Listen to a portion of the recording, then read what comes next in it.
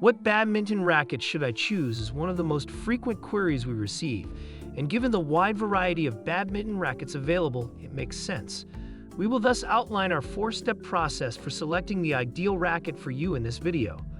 Additionally, after 2.5 years of use, we both want to make sure that we're still utilizing the best racket available. We've both been using the Victor Thruster F. We will thus be evaluating several new rackets for ourselves in addition to offering advice on how to select the best one for you.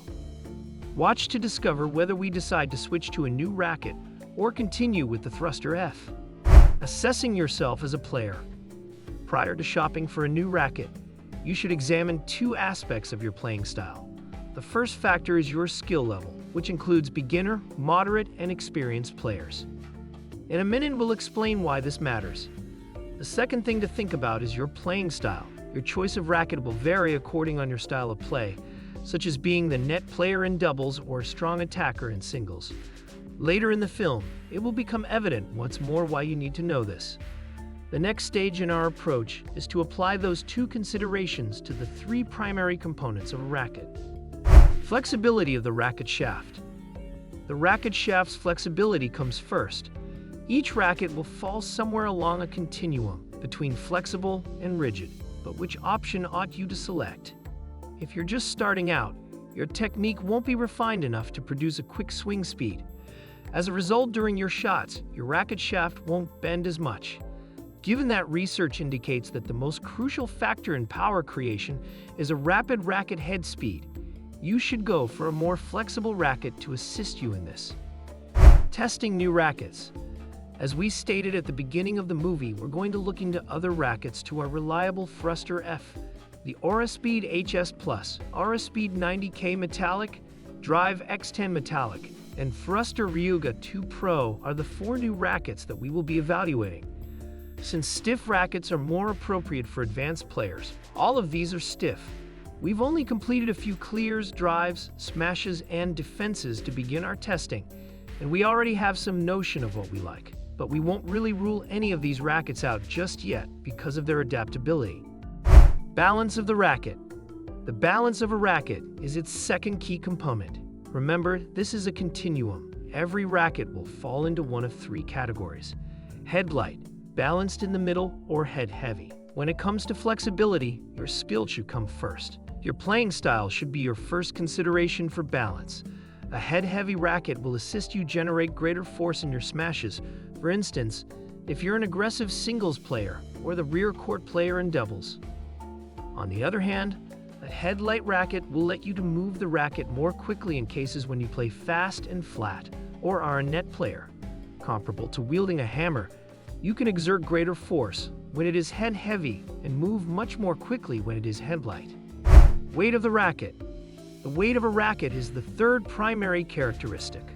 Weight is classified differently by badminton rackets, which is why the number with the letter U at the end is there. Rackets normally weigh between 70 and 75 grams at the lowest end, 6U, and between 90 and 94 grams at the highest end, 2U.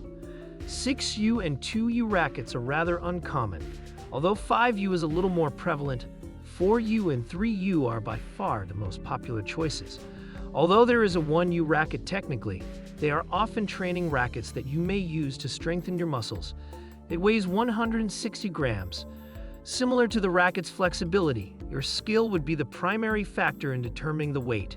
For novices and younger players, lighter rackets are typically better since they are easier on the shoulder when you're just starting out or haven't yet honed your power and technique. Generally speaking, most skilled players won't use a racket that is lighter than a 4U. We've tested a variety of flexibilities and balancing points across the 5 rackets we're considering. The Drive X10 Metallic is a 3U weight, and the other 4 are 4U weights. Additional features and final decision. Having considered your skill level and preferred playing style in relation to the 3 primary characteristics of a racket, you should be able to make a more informed decision. However, before you hit the buy button, there are 3 more features and 1 last step in the framework. The first is the grip size, denoted by the number beginning with the letter G. The G4, G5, and G6 sizes are the most popular ones. We realize this is a little confusing, but the larger the number, the smaller the grip. If given the option, we usually advise choosing a thinner grip because it can never be made thinner. However, it can always be made thicker by adding more grip or cushion wrap. If you have smaller hands, you should definitely choose a thinner grip so that switching between the various grips is easier. Fake gripping is difficult. Testing the rackets.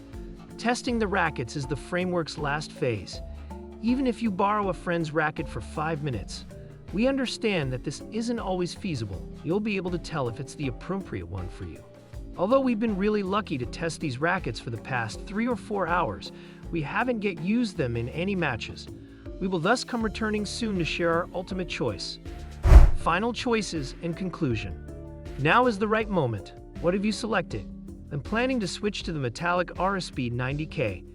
In order to give my strokes a little bit more power, I was searching for a racket that had certain traits with the thruster F, but I also wanted something that was a little bit stiffer and heavier in the head.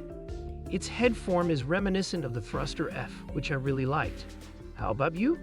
I had a pretty hard time choosing between the three, but in the end, I went with the Aura Speed HS Plus.